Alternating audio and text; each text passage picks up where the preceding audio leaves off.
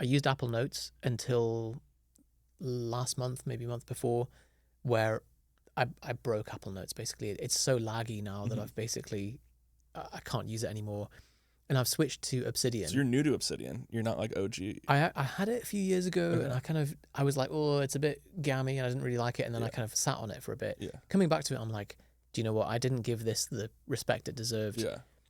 It is incredible. Yeah.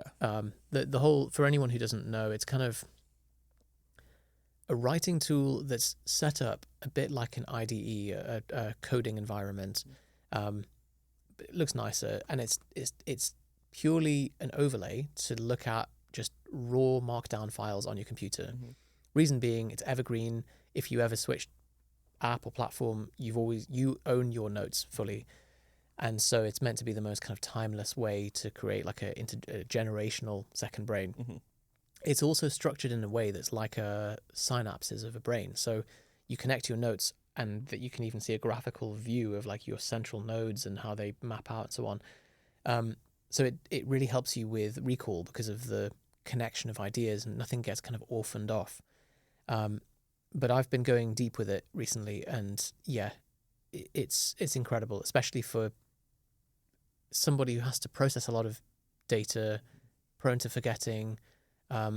When you resurface something, you're like, oh, I spent hours writing thousands of words on this thing, and I'd completely forgotten about it. Yeah.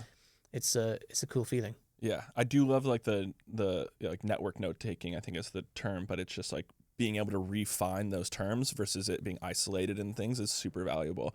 There's definitely a Yeah, learning curve for sure in all of those, but I think yeah, Obsidian's pretty good. Is there an LLM feature in it now? there is. Okay, It's so underrated. really? Like Cursor, it's just like a sidebar, and you can talk to your vault of notes, and you can say compile this or whatever, or modify this.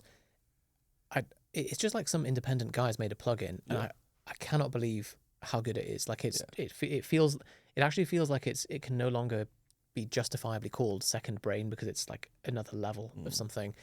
Um, but yeah, it's the David Perel says that great writing is not created, it's assembled. And if you've built out a second brain with lots of atomic notes about subtopics, it gets to the point where if you are creating content or you're writing something, like if you said to me you need to write a book on whatever topic, I could do that now within a month, because I've got all the subcomponents already there. That then the writing process is actually just putting the Lego blocks in a way that's coherent for somebody to read.